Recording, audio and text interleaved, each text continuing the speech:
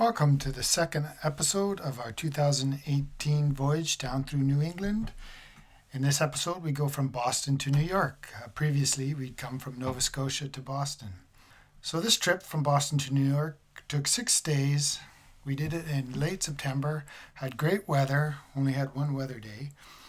Along the route, there are 2 areas that require additional care and a bit of planning. The first is Cape Cod Canal, and the second is the East River coming into New York.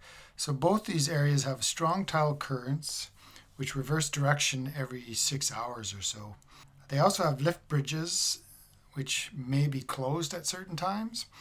So check the bridge schedules and the clearances, as well as the tidal currents.